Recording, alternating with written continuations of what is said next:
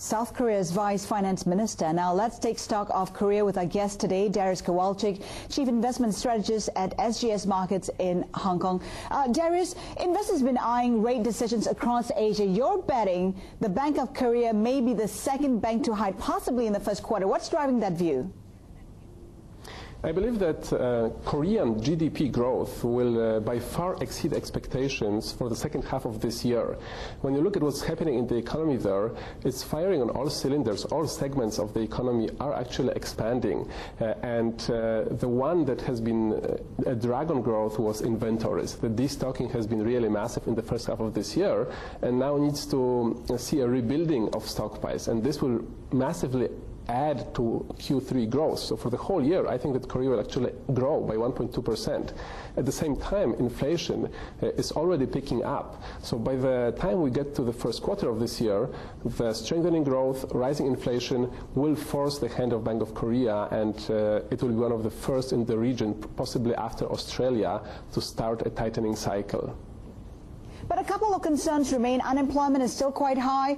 Although the minister suggested that consumer spending is improving, it's not at levels that we used to see. Those are concerns, correct?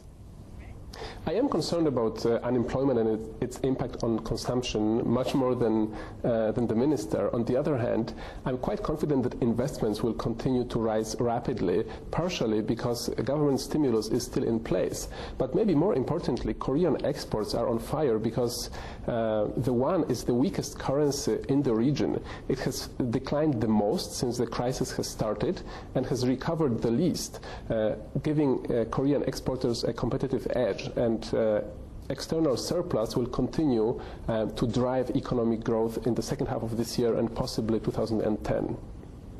Dariusz, let's take a look at Korean banks. The government pushing banks to cut bad loan ratios, also to renegotiate debt agreements with ailing companies. Some in the market saying that's very, very ambitious.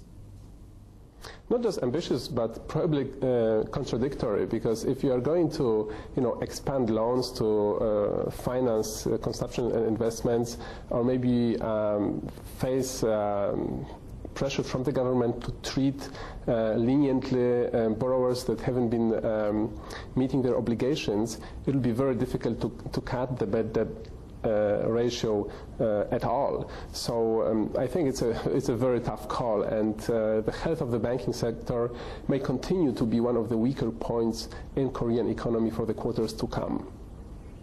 Will the moves imposed on banks lead to uncertainty in the credit market, in the credit picture? In 20 seconds. I believe that it is unlikely to happen, given that overall macroeconomic environment in Korea and externally is improving. So investors will be less concerned about credit risk, and we will not see the repeat of the very frayed nerves that we saw at the end of last year. All right, Dariusz, let's leave it there for the moment. Still to come on Asia Confidential, China stocks set for